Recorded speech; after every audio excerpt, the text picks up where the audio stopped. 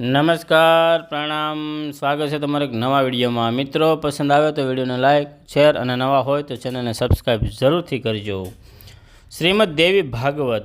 શશિકલાના સ્વયંવરમાં વિવાદ। રાજાઓ શસ્ત્રો અને શણગારોથી શોભતા સ્વયંવરમાં આવીને બેઠા હતા।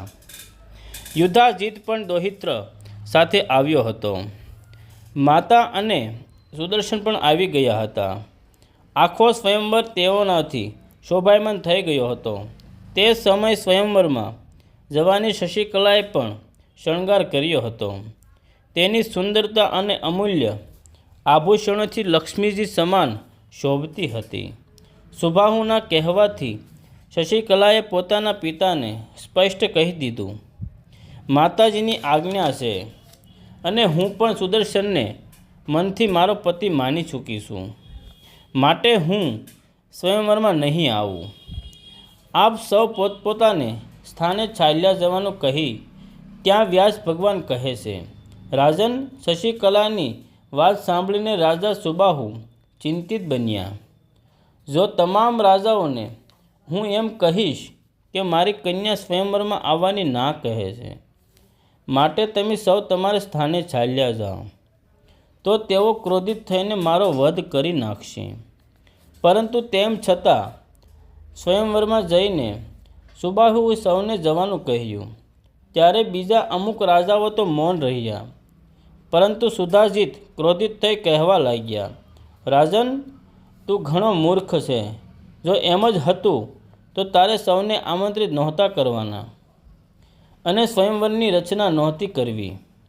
હવે તો તારી પુત્રી નહીં આવે તો હું તારો વધ કરી નાખીશ અને તારી પુત્રીનું મારા દૌહિત્ર સાથે લગ્ન કરીશ। માટે કરીને આ સ્વયંવરમાં બેઠેલા તમામ રાજાઓમાંથી તારી પુત્રીને તેને વરસશે, તો તારી સાથે કોઈ વિવાદ નહીં રહે। માત્ર પેલા સુદર્શનને જ ત્યજવો પડશે। માટે મેં કહ્યું તેમ કર, આપણે આ અવસરે કોઈ જ વિવાદ કરવો નથી। વ્યાસ ભગવાન કહે, આવા ક્રોધપૂર્ણ અને બીજા રાજાઓને ઉશ્કેરવા માટેના વચનો સાંભળી સુબાહુ પોતાની પત્ની પાસે આવીને કહેવા લાગ્યા, હે પ્રિય, તું પુત્રી શશિકલાને સમજાવ। તું તો ધર્મને જાણવાવાળી છો।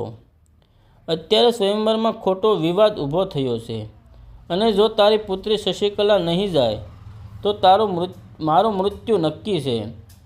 રાણી આથી પુત્રી સાથે જઈને કહે છે, પુત્રી, આ યુધાજીત આપણે સૌને મૃત્યુના મુખમાં ધકેલી દેશે, પરંતુ શશિકલાના મન હૃદયમાં જરાય પણ ભય નથી।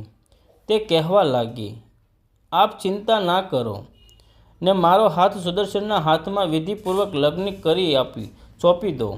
જે ભગવતી જગદંબાના નામનું સ્મરણ કીર્તન કરવાથી તમામ દુઃખોનો નાશ થઈ જાય છે, તેવા દેવી ચંદ્રિકા સૌનું કલ્યાણ કરશે।